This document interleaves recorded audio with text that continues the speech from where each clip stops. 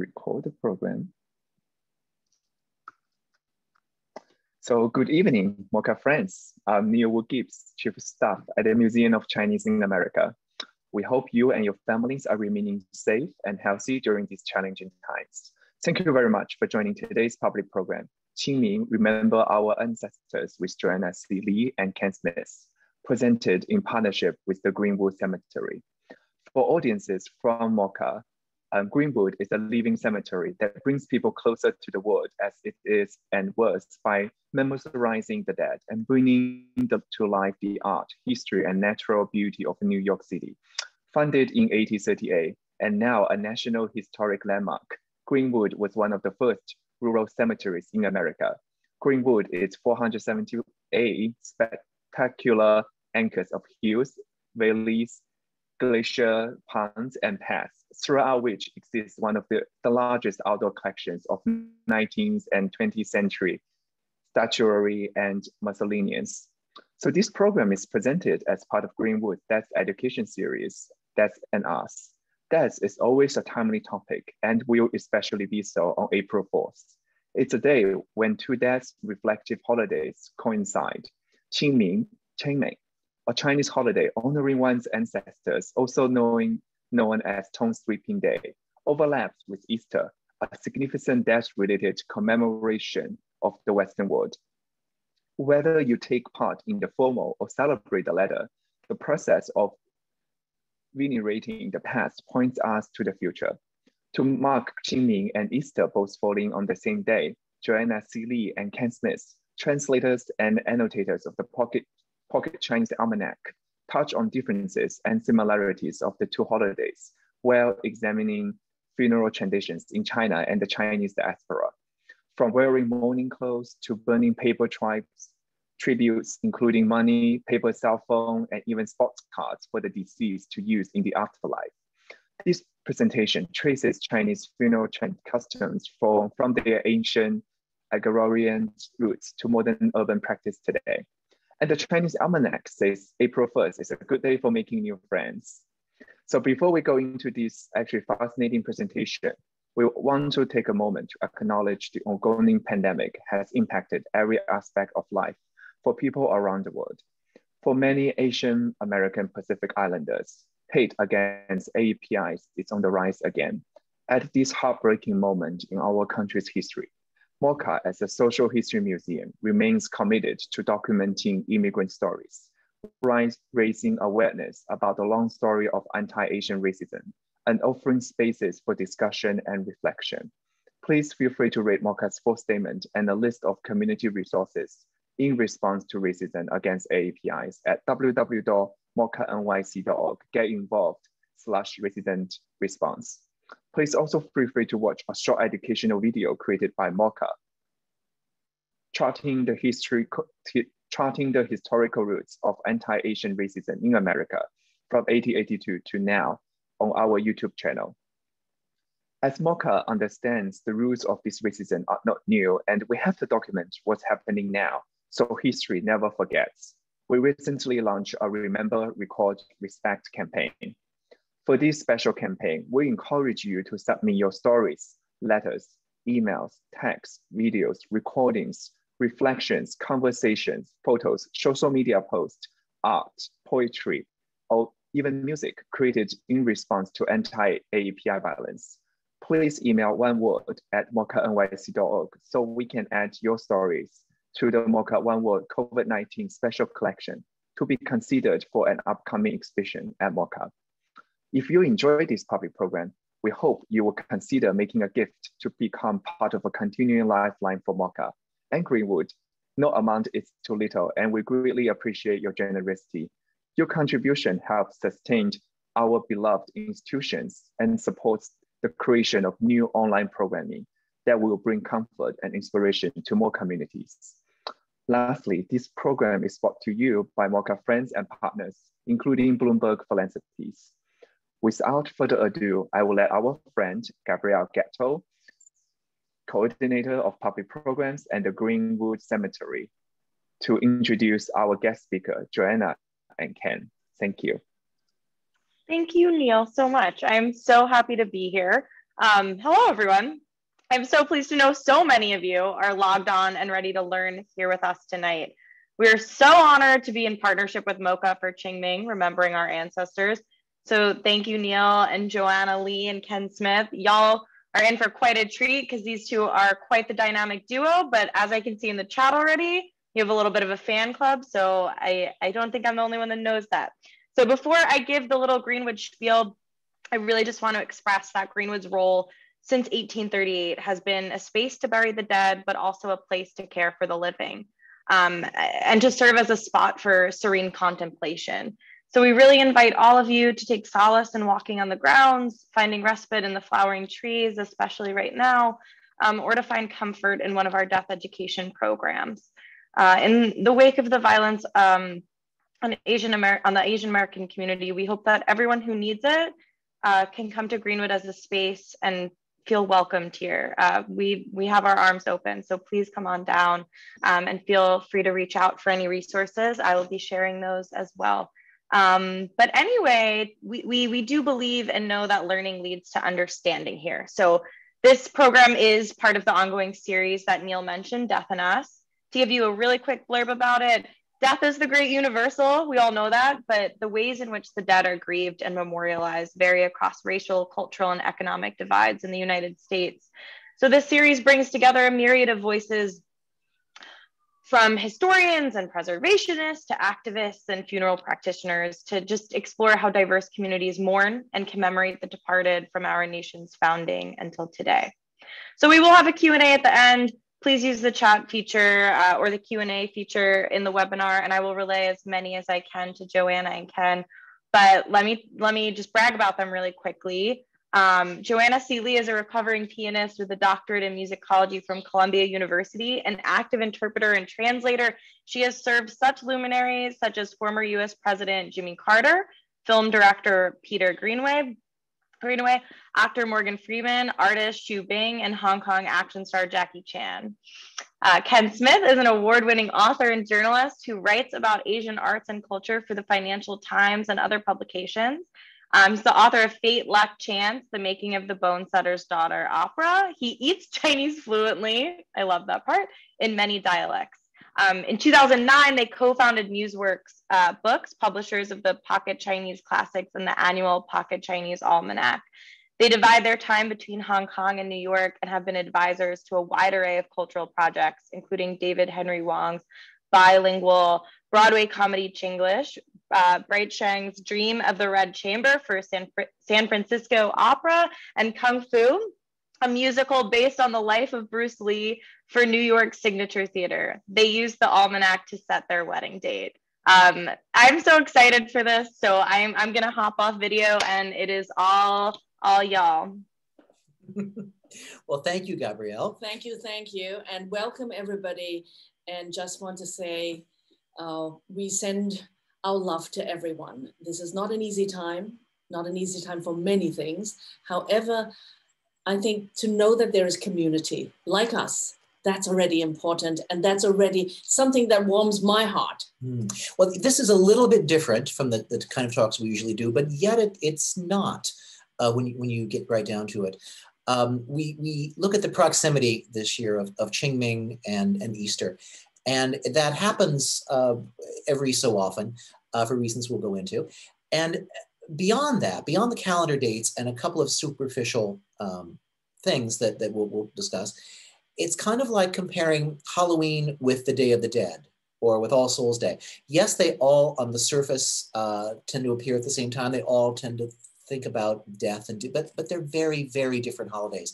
And the way that different cultures and different people express themselves about these things, that's where the culture comes in, and that's where things get very interesting. As a little bit of the calendar, because that's what we do with the almanac, Easter is determined every year by a certain calculus, as is Qing Ming. Now, Easter is one of the rare lunar holidays in what is a solar lunar calendar in the West, the Gregorian calendar. Qing Ming is the rare solar holiday in the lunar solar calendar in China. Now, the way Easter is determined, it's always the first Sunday after the first full moon after the spring equinox. Qing Ming is 15 days after the spring equinox. So you see that the calculus is already in place for that. And they both kind of deal with death, but you look at Easter and that really marks not just the death. Death is not the point. The point was the resurrection of Jesus and the birth, if you will, of a whole belief system.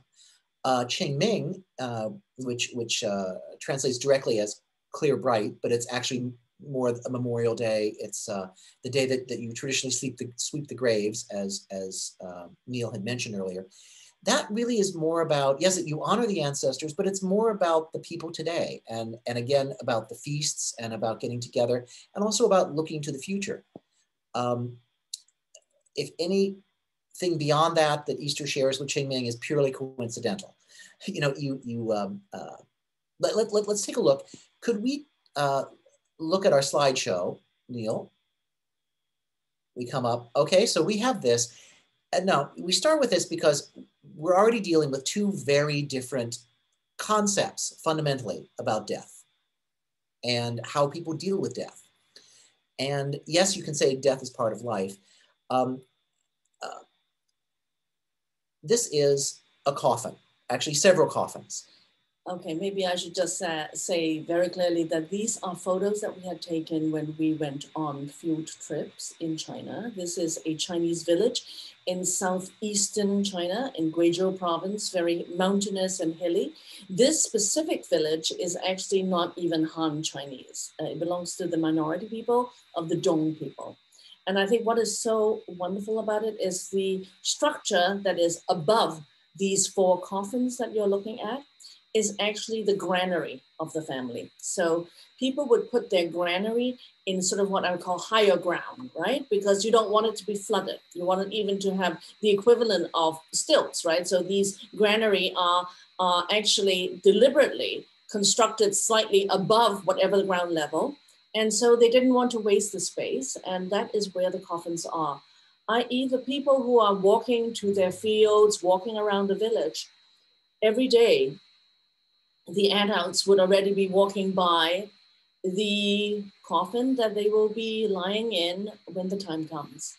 And so that is a wonderful way of understanding and thinking about how natural that process of life into death. We can have maybe the second slide, well, the following slide, please, Neil. This is a very clear one. And clearly every village has to have a coffin maker. This is very basic, that is part of life, part of death. And so when people say that you live with death, you literally see this every day when you go to get your food. There's usually a pig right around the corner.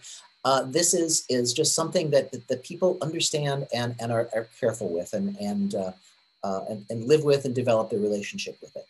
Now, to get onto a little more of what we usually do, can we have the next slide, Neil? This is the Chinese Almanac. This is something that we started 12 years ago for MOCA. Originally, we thought it was a one-off gift for donors. Everyone who came to the gala would get this at their place, at their table setting. And it became a very popular hit at the museum. So people would buy this. This is the guide for people who are Chinese for every day, what to do and not do. The red days are good, the black days are bad. And as you can see in here, today is a great day for going out, meeting friends. It's not a great day to break ground. Dig ditches. Well, not today, I mean April 4th. Oh, sorry, Yeah, I'm sorry. I was looking at Qing Ming. Yeah. Qing Ming is not a good day for some of these things. But this is the kind of the day-to-day guide of for Chinese people. It comes actually, it's rooted in the imperial calendar, which is something that we found very fascinating because divination was a part of Chinese culture even before there was language. And so if you come to our talks at MOCA, we'll go much more into depth about this. But one of the things that the Almanac does, it provides really a guide to what is a good day, and a bad day, to begin things or to end things, which is where we come into this picture here. So there are days that are good for burials. There are days that are good for funerals. And actually another two very important part is that as we think about death, the family that is left behind, as in the surviving members of the family, they mourn. And when they mourn, there are rituals. And the rituals are actually sometimes very much guided by the almanac, because that includes, for example, when you put on the mourning clothes, which would be sort of linen, rough linen, white and black.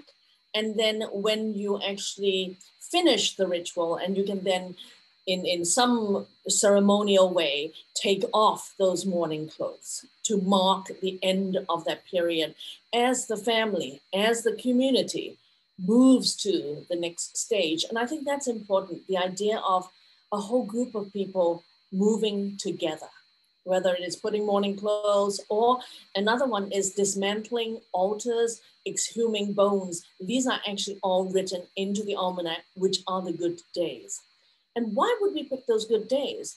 It's because maybe that is a good sign for the family and their well-being, the people who are the surviving members, and the next generations, and the next generations. And also these are, when you get right down to it, glorified weather predictions with metaphysical characteristics, if you want to put it that way.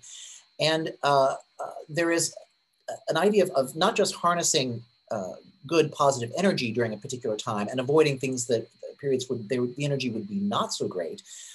There's also the pure idea that looking at this like a farmer's almanac anywhere, they have a pretty good idea of what days will be rainy. And you certainly don't want to do a burial and dig into the ground, whether it's planting seeds or dealing with the body during a period of atmospheric turmoil like that. So these things all play into this in a very practical and yet communal way.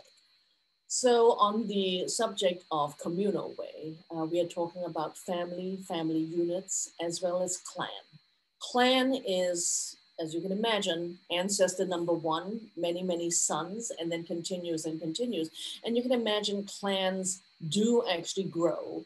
And especially in rural villages that we know, we would find clans, and then there's intermarriage, and then everybody is everybody else's cousin.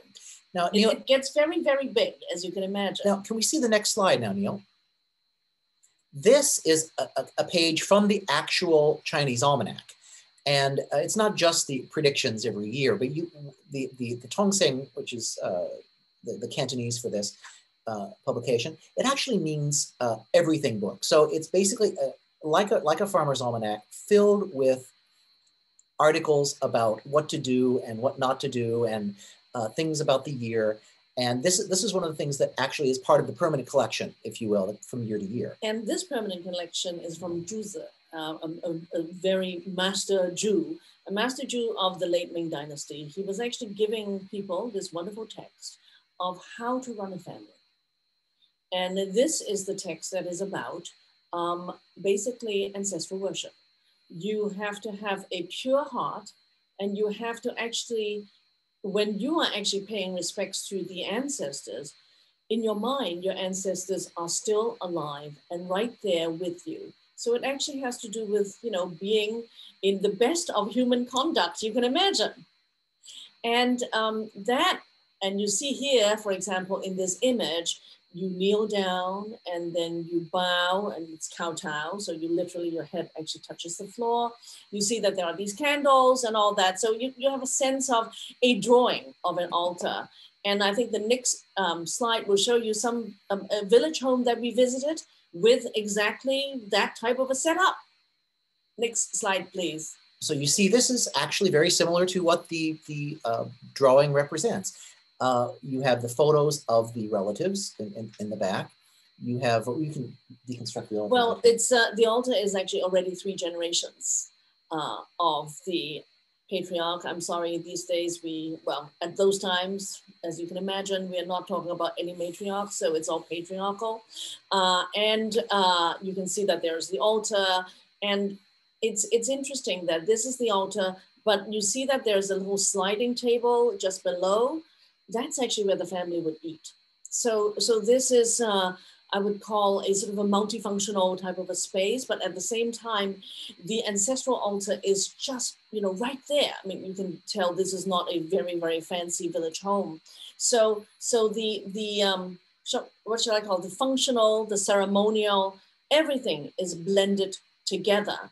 But however, it is very clear that the idea of honoring the ancestors, honoring the parents, honoring the grandparents is right there in this image.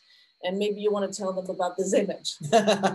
Well, this image was part of a grandiose research trip, we can say, and actually several research trips combined, a research period, which was the compositional process for the opera The Bonesetter's Daughter, written by Stuart Wallace, based on a libretto by Amy Tan from her novel. This was done for San Francisco Opera. They ran into one of those situations that you don't really think about at the time when you're writing a novel. Amy could spin whatever she wanted in prose, but when you actually have to put something on stage, you need to see how something feels, especially when you regard music. There are weddings in this book, there were funerals in this book, and we had to get, first of all, the feeling of what it was like, and also the feeling of what it was like in a village, because no one involved with this opera had anything to do with traditional Chinese village life. So they had to go back and see this. Now we were able to contact some of our academic friends who actually spend time studying this and studying the music of these genres in practice. And he came back to say, well, you're in luck. We have 2 funerals the same weekend, in the same day, overlapping. So we were able to visit 2 concurrent funerals in different parts of the 3-day cycle. So if we could go to the next slide, we're going to have a Chinese band here. And this is basically the opening salvo, if you will, the wake, where you're calling people there. And this is not really the mourning part of the ceremony. This is really the gathering part. You have to remember that we're talking about 3 days and days of a funeral ritual. So there would be parts of the day in which, they are just gathering people, and to gather people, you make a lot of noise. And you make up a lot of noise so that they know that there is something happening. Yes, and if you could just play this sound clip that we put in here.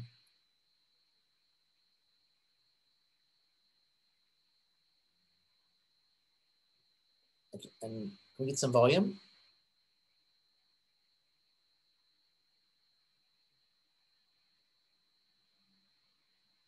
Okay. Well, okay, we were going to have a video. We were going to put that in, but we couldn't figure that out. We thought we had the sound clip down, so. So Ken, Joanna, you couldn't hear the sound? We could not hear the sound, but if other people can hear the sound, that's good enough. Let me see. Maybe I need to share. I think I need to share my sound. Let's see. Okay, this is amazing sound that we recorded in 2005. I really want you to hear it. Thank you. People cannot hear the sound. Okay, all right. So let me share again. Again. Yeah. Okay. Yeah. 30 seconds. Okay, great.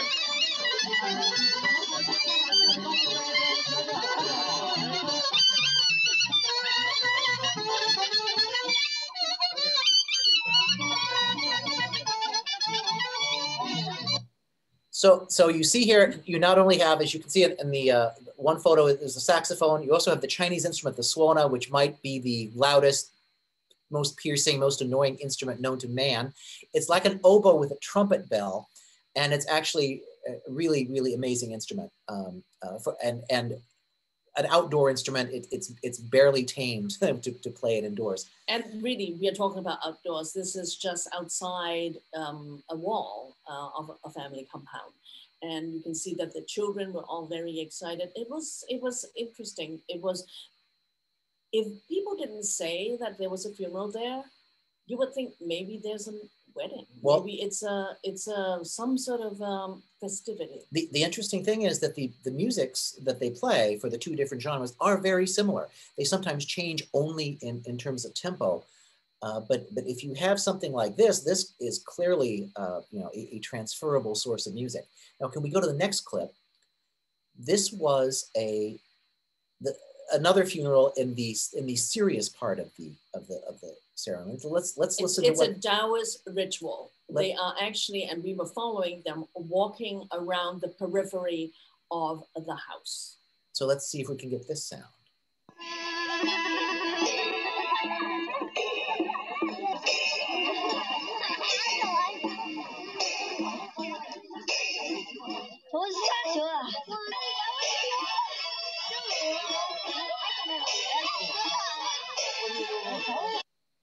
Okay, and here you have, they're playing a much more tamed instrument. This is the sheng. This is a Chinese traditional mouth organ.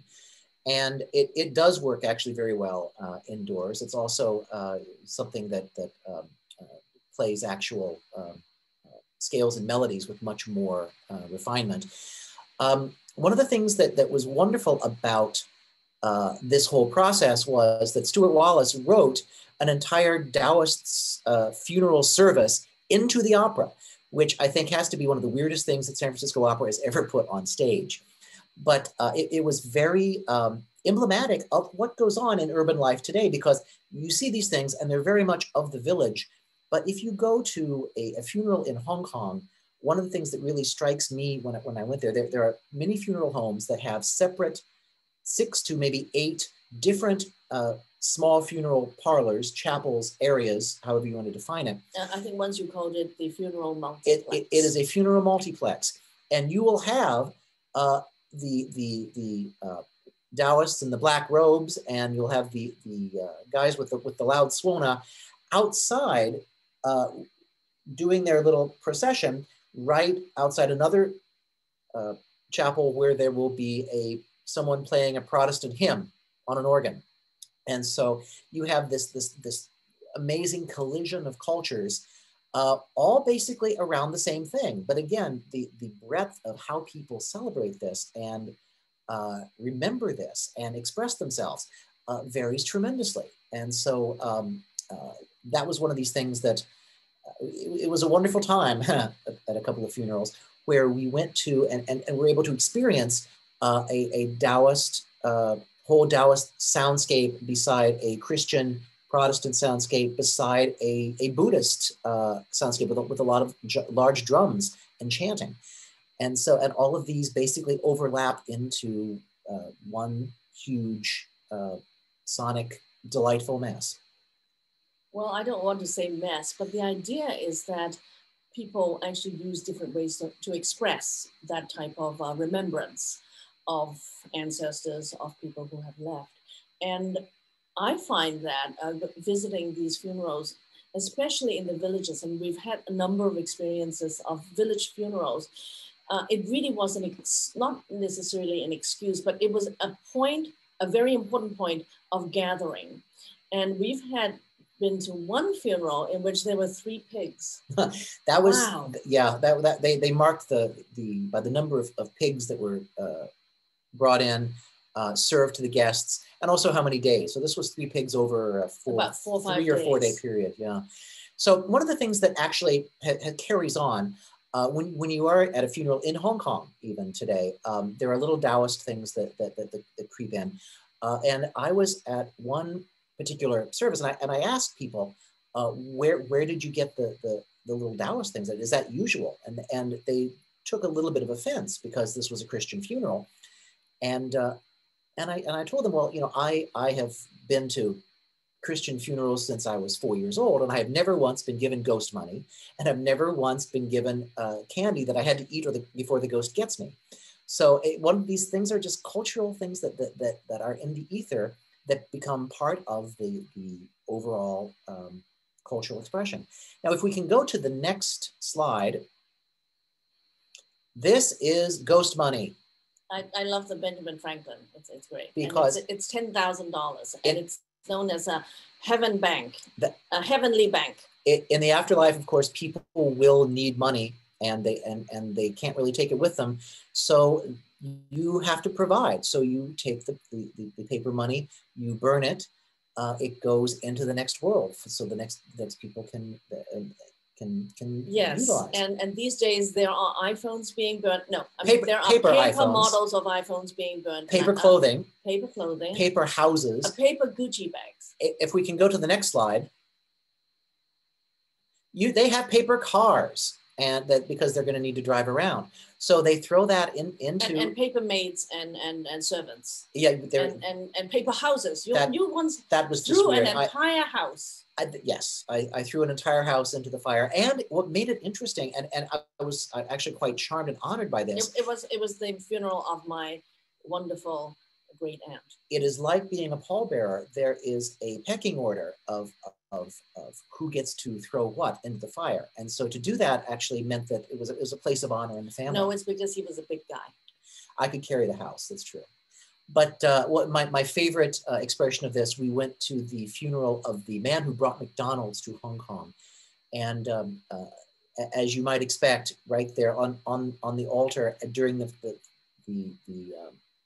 ceremony, people would bring in little containers, empty containers of French fries, little sodas. They were put up there, and they were going to throw them all into the fire at the end of the ceremony.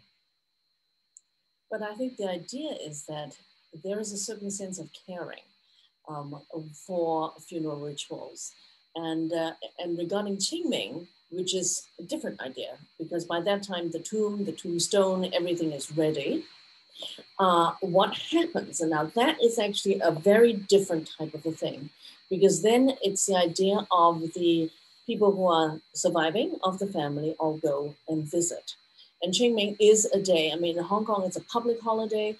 Actually, in mainland China, for a long time after 1949, it wasn't a public holiday. But in the past 12 years, the government reinstated it as a public holiday. And I think that has a lot to do with a return to more traditional, maybe you can call family values. And Qing Ming is definitely family values. And not only that, is that my dad now is in his 80s, but he would still insist every year he would still go to the Qing Ming festival to actually visit and sweep the tombs of my grandparents who had passed, quite a number of decades ago. And this sense of, I would say, it's a sense of mission, it's a sense of responsibility. And also he has instilled in us, myself, my siblings, and also the generation after, that even though, for example, I live now in New York, my parents are in Hong Kong, my grandparents are entombed in Hong Kong, but still, whenever we fly back, one of the first things we do, even if it were not Qing Ming, we would go and sweep the graves. I mean, that really is filial piety done at the most ethereal level. We are almost always in Hong Kong during this period, and because the Qing Ming overlaps with the Hong Kong Film Festival, and which we are usually involved in. If we can have the next slide here. I just want to tell you that this is the place where both sets of my grandparents are. This is called the Pok Fu Lam Christian Cemetery of Hong Kong. This was not as old as Greenwood. This is from about the late 1880s. So we're talking about maybe 140 years or so of history. But you can imagine, this is an entire mountain. We're talking about a square footage of somewhere about 1 million square feet of this cemetery. And apart from having, tombs and so on, there are also columbariums, and huge. I mean, we're talking about 200,000 of such columbariums. But the whole point is that if you think of it as a way of visiting a spot, and also you can imagine that every tombstone actually that you're looking at faces the South China Sea. This is pretty good feng shui. And well, it faces the China Sea, and it is inset in the mountain. So this is the best feng shui on the island, actually. I mean, hurricanes will come through and not touch this place. It is quite amazing. And this is the most honored demographic of Hong Kong for many reasons. I think that this is our last photo, actually. So I think we can, yeah, there we go. I think we are ready for questions. With special thanks. I think we can open that up. I think we have some questions here already. All right. Thank you so much. That was So informative, and y'all are just so fun. Let's see. I have a few. Neil, I'm just going to go ahead and go through some of these. So one of them was, why are the mourning clothes made of rough linen? Okay, well, you're not going to be wearing fine silks, are you? And you're not going to be wearing red, gold, any of these bright colors. So it would be rough linen, blue, black, white. And that's another thing, it's very important. During the Lunar New Year, really, do not wear blue, do not wear blue, do not wear black, do not wear white. I mean, I think it's pretty simple, isn't it? Just don't, okay? Yeah, don't do it. So, and then the rough linen has to do with just, without using dyes. So it would really sort of brownish color. It's just very natural. And that's why. And also it really then is a sign for people around you to understand that you are actually in mourning. Yeah, it's something that I've always thought comparable to, ripping your clothes when people are sitting shiva, or what these things that, and I don't know exactly where that comes from. I just know that it is part of that ceremony. Yeah, and the thing is, in village rituals and even if it were a funeral, a proper funeral, then people would be wearing white cloth, just caps and all that. That's all part of the tradition. And you don't want to be comfortable. I mean, that's part of the whole process. Yeah, and another thing that actually just today a friend of mine did ask is that in Chinese villages, there's also a very interesting tradition, is that they would actually hire professional women who would cry. Yep. The Italians, we got that too. Yeah. Professional women would cry, and they wow. And they cry, and it is like so heartbreaking to hear them cry. But that, I guess it's I didn't want to use the word theatrics, but that adds to the feeling, that adds to the emotion of the ambiance. Yeah. So you walk in and there's already 6, 7 people crying already. And also the whole emotional catharsis, if you want to bring in the idea that, the idea of theater and drama as an extension of ritual goes back very far. I mean, and the roots of Chinese opera, in fact, if you want to really go back far, involve a lot of funeral and ghost rituals. And actually, even now, the Chinese opera festivals, a lot of them, were deliberately made as ritualistic type of offerings for the gods.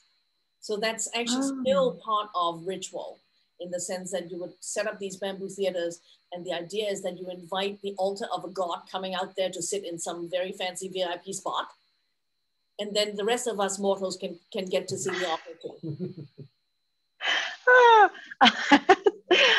Ken, I liked what you said about the uncomfortableness of the rough linen. That kind of just reminds me of the metaphor of, like mourning and grieving and going through loss is a really uncomfortable period. So it's a great metaphor. Moving on, there's so many questions now. How are the predictions in the almanac created? What are the sources? Well, see, this is a very, this is sort of the literary version of feng shui, if you will, because it comes into, as we said earlier, glorified weather predictions. You start with the weather. You start with the idea in the Western calendar as well of demarcating days, months, weeks, and the atmosphere follows. And there is something that is not quite the same, similar to Western astrology, but that the equivalent that heavenly bodies in terms of the universe have a direct connection to earthly bodies. And that there is an almost one-to-one connection in a lot of things. But in the grander scheme, the sort of Taoist version of that, it's not necessarily a one-to-one connection like we think of now in terms of it's 12 o'clock, something's going to happen. It's more village time, as we were discussing, which is you think of in terms of days, weeks, and months. And so when you see something like that, it's more like, what is the wave of the universe? And what can you do to maximize the good parts and not get swept away by doing something that doesn't fit the universe? So it's really about sort of surfing that wave. And also just think, good days for planting and busy days for transplanting whatever it is you're attending in the field, is clearly not going to be the good days for weddings or funerals, because you need to actually be able to gather people around. You need to be able to just stop whatever they're doing in the village with the fields and be able to go down. So therefore, a good day for planting is not going to be a good day for a wedding. Wow. And there might be some overlap, but they tend to make sure that people should be planting when they're planting. And if you see something like, it's a good day to be on your boat, good day to start your boat. If it tells you to stay home and repair your fishing net, it's not a day to be out on the water. Right. Wow. If y'all didn't catch it, Neil did put a link to the Pocket Chinese Almanac. You could purchase it directly from Mocha. So check that out. I will be putting my order in. So another one from Jessica B, the coffins, I think this is from your first slide, the coffins under the granary, sorry, were empty, correct? Meaning they were waiting to be used when someone died. So I think you're talking about when people walk by. Yeah, so that's why. So the idea is that people who are living walk by it, and some of them probably already know this is actually the coffin that was already made for me. Right. And I will use it when the time comes. I find this amazing because see, my father and uncle were identical twins. And so they took great pride of getting a 2-for-1 deal on coffins and funeral plots. So I look at this as an extension of that. They're showing that they have gone to the best coffin maker in the village, or maybe even the next village. They've gone all out for this. Wow. I love it. Also, Jessica B was asking, were all the photos from the same place, or earlier ones were southern mainland China and the later ones Hong Kong? I know you guys are bopping around the globe. So well, the coffins were from southern China. The music was from northern China, which was also a very different musical tradition up there as well. And the Pak Fu Lam cemetery is absolutely in Hong Kong. Yes, the final slide where my grandparents are, that's a Hong Kong photo. But other than that, these are mostly China. Yeah. And what a stunning cemetery. Could you share the name, Joanna, where your grandparents are one more time? Pocket Fu Lam Cemetery, Pokfulam. And I can tell you, it's written up in Lonely Planet because it is really quite an amazing. It's like stadium seating. It's huge. Stunning. I have a very good friend who's an American folklorist. She's now married to a Chinese guy. She actually just is publishing her memoir called Rabbit in the Moon, right? Heather Diamond. Yeah. And she described her husband's family clans, amazing Qing Ming festival, grave sweeping, extravaganzas with an entire roast pig. And then her husband, being the eldest son of the eldest son of the eldest son, was the person holding the huge cleaver to cut the pig up. It was a great Sweeney Todd photo, and it was beautiful. And he said the actual technique was a little bit rusty, but the photo was great. But there's the whole point is that, remember, in the patriarchal society, you were talking about only the men. Actually, that was a great story. Only the men get the pork, the women don't. Well, I'm very glad that some of these men are now vegetarians and I get the pork. Woo! You're just such a hoot. Okay, so let's see. There's so many good ones here, and I'm like looking at the time, but just a simple one, or maybe not, I don't know. What are the actual rituals for Qing Ming and the significance of the day? So to kind of tie into another question we have here, someone was kind of talking about the incense and the fruit offerings that are often oranges, like I asked you guys before everyone got on the call, as something left at graves. Is this accurate? And maybe talk more about the offerings and the specific rituals. Okay, interesting part is that, yes, there would always be, let's just say that, traditional Chinese family, not the Christian family. Actually, the Christian cemetery that my grandparents are at, they actually prohibit any sort of burning anything. As you can imagine, it is very dangerous. Okay, but indeed, for a traditional village burial site, on Qing Ming Day. Actually, it's not only Qing Ming. I have seen villages that we know, even on Lunar New Year Day, they just grab some food, bring the whatever beautiful candles that they have, as well as paper money and things that they can burn, and they would still visit the ancestral graves, okay? So there would always be food, candle. Apart from food, candle, we would definitely also have something to burn. And water. And then water. The water is to clean. I mean, the grave sweeping includes making the tombstone every year, every half year during these times. You know, somebody's taking care of it so that it's not in sort of, not in disrepair. And regarding food, yes, the most traditional would actually be an entire roast suckling pig, along with buns. You know, it would be like breads and steamed buns, things like that. And I'll tell you why, because what happens normally after the ritual is that the pig is then taken back to the family house, chopped up, and it becomes this huge feast for everybody to share. So that's another thing about communal. And it's not only that, it's not only the unit, the family unit, the cousins, because when you're thinking of not just a family of, you know, father and the kids, father, mother, and kids, but you're actually talking about cousins and the bigger clan, then you're talking about somewhere around, I think my friend Fred's, as in Heather Diamond's husband, Fred Lau, we're talking about 20, 25 people just at a go. You need the whole pig. Yes. And also for Qing Ming Festival, you remember it's, for example, every year it's one day. So now there are days in which people would go a week before, because it's like beating the Christmas rush. There are people who are now beating the Qing Ming rush. Especially this year, because they really are very focused on congestion and about social distancing. So yes, the Qing Ming has been going on for at least a week now already, just so people can get in and out, and probably at strange times of day as well. Yes, Greenwood, the grounds of Greenwood have been celebrating since 2 weekends ago. So I know we'll see many, many people here come Sunday. Have you gotten any pigs? What? Have you gotten any pigs? We did have a pig. Lots of oranges. It's been quite beautiful.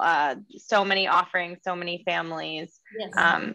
Yeah. Yes. And my family being, you know, visiting a Christian cemetery, so we're talking about beautiful flowers. My mother would always make beautiful floral arrangements for each of the tombs, because that, again, it's just to show that you care. And I think that's really important. And really every year, despite how busy me and my siblings are, we would go. But there had been a number of years that we were so busy, we started going at 7:30 in the morning. I don't think we didn't go quite that early. We got up at 7:30 in the morning. We were there by about 9. Beat the rush. Beat the rush. So this ties into 2 other questions. I'm enjoying being able to sandwich some of these together. How long is the traditional Chinese mourning period? And then also kind of aligned with what you were just talking about, Joanna, are there certain rituals associated with the tomb sweeping, or is it just the actual care of, you know, however you as a family or you as an individual decide to ritualistically sweep the tomb? Okay, is there a guidebook or? No.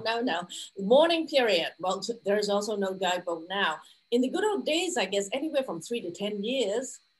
No. 3 years was really the real tradition. Okay. Period. Nowadays, it tends to be much less, depending on certain urban modern families. 49 days tend to be sort of the minimum. And 49 is 7/7, because it is that 7, there's a very Taoist thing. So it's 7 days. It's 7 days as in 7 weeks as the soul is actually, transmigrated. Okay. So that's standard. I've certainly known people who did mourning for at least a year. And this does sometimes throw in wrenches into family planning. For example, during mourning periods, you are absolutely not supposed to have weddings. So what happens with a younger generation that have already been planning a wedding and all that? So again, there's a lot of that type of negotiation that has to happen. And then regarding the Qing Ming and what we do, and even in the Christian cemetery, which would be where I would go, and Ken has now had the experience of being part of, is that we would still do the 3 bows as we turn up, and then do the 3 bows as we bid farewell. Yeah. But there is also pecking order as to who bows first. So my dad is the number 1 son, so he bows first. And then his kids bow second. So I also get to go with him. And it tends to be in pairs. And then again, the pecking order sort of goes down. And then when you leave, same order. Make sense?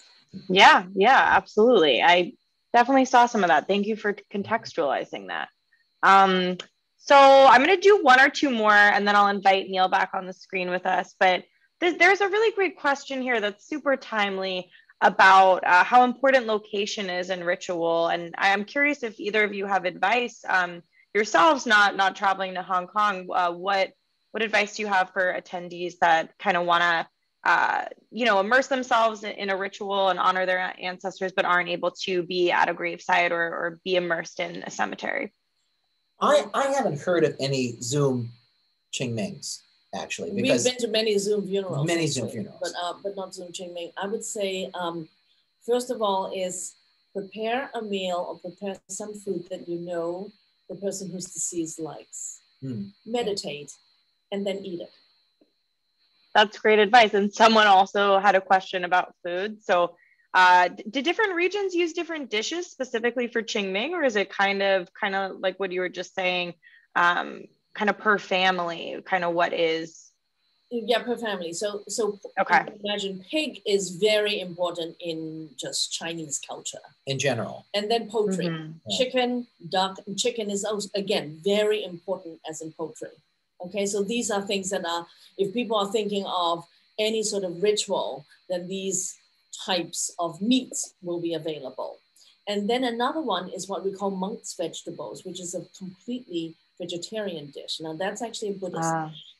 And that is in honor of not having meat. So you actually have a very interesting idea of having balance if you want. And then regarding fruits is that whatever fruits that are actually in season, and that is good.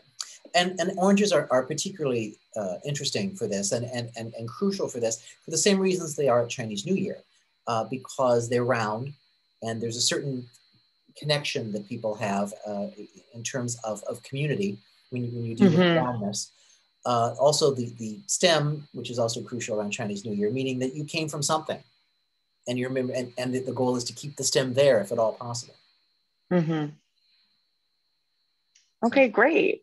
So I'll ask 1 more and then invite Neil back on, but it's kind of a broad one, but original ancient practices of feng shui seem to be oriented towards finding optimal places to bury the dead, but in alignment with other global indigenous practices is also, about returning energy to the earth. So I'm curious, is there a modern trace of this tradition that you're aware of within contemporary Chinese culture, or what are your own thoughts on kind of that concept and idea?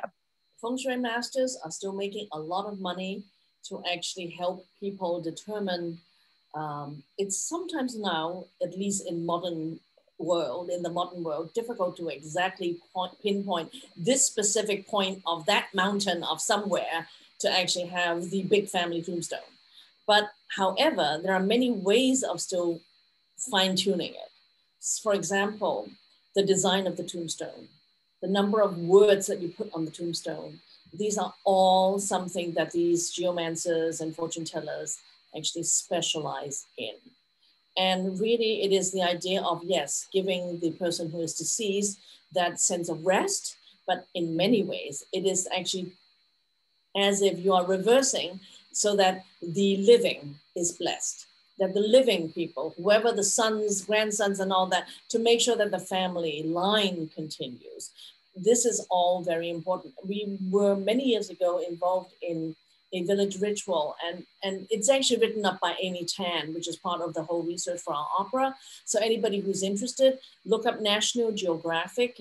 Amy wrote that story called Village at the Edge of Time, which is the village that I showed you the coffins, in which she actually chronicled an entire cleansing ritual, because somebody apparently, and there was that family that somehow broke the rule and put the ashes of their ancestors in a place that affected the feng shui of the entire village.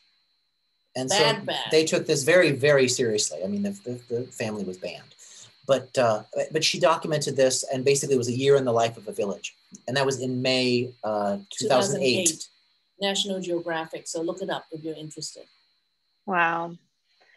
Well, thank you so much. I'm going to say my goodbyes before Neil says his. But again, thank you. I hope there is a paper or a real Gucci bag in my future. So I think that's really beautiful, just all these rituals and knowledge that you shared with us tonight.